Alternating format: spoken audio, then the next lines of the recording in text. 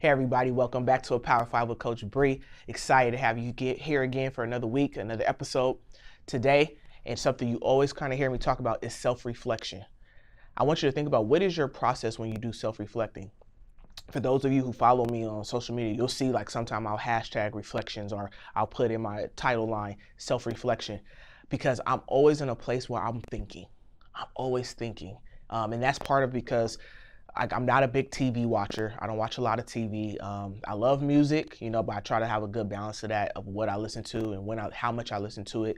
But I'm a podcast listener. I love reading. Like, I'm an avid reader.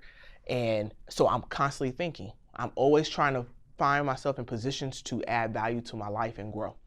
And so my thing is, when you're doing self-reflection, it's a chance for you to, one, tune everything out. When I'm in my reflection time and I'm in my quiet times, it's nothing going on. Like, I don't have my phone on. I don't have anything. I'm just being. And I'm also a writer, so I love to journal. That's kind of how I express myself. Like, I always tell you, this right here and video and all is uncomfortable for me, and sometimes speaking in big crowds, but I know that it's meant for a purpose. But my thing is, in my own time, I love reflecting and journaling. And so I want you to take a second and say, what are some things that you can do to self-reflect better? Like, what are some steps you can take? Do you like to write and journal, or do you prefer to talk to someone one-on-one? So maybe you have that person you'll go to, your mentor, maybe it's your pastor, someone who's above you who can also add value to you and that you're comfortable sharing your information with.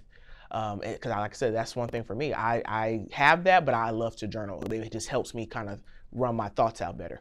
But I want you this week to take time to kind of get a self-reflection, not a routine, because I don't want you to get stuck in that, but just some steps on how you can self-reflect. Maybe there's a time of the day you say, I'm going to just take this time to just have some me time. We can get to a place where we just go, but we don't have time to just sit and be in the moment. We're always on our phone, and I've even challenged myself to do that better, to not always Insta story or Snapchat every moment of my life, but to be in the moment, to be at, like people who follow me on my brother's graduation. I didn't post the whole time. I just a couple videos and pictures when he walked across and all that, but I just stayed in the moment because I just wanted to be there. I wanted to be present.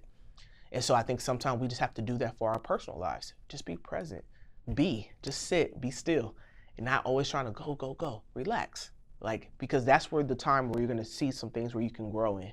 Those are some things like, man, how can I help someone in this situation? You're going to be able to sit and say, dang, I remember when this person told me at lunch that they were going through this. How can I be there for them? How can I pray for them during this process?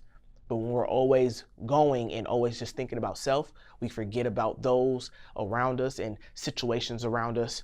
And we want to always, again, be aware, be present, and always, again, give back to ourselves so that we can continue to be our best. Okay, so that's the challenge for you this week. I want you to sit back, sit down, think of some times and some opportunities to have self-reflection, some you time, and continue to grow this week and give your best. All right, I love you guys. Have a good week. I'll talk to you soon. Be blessed.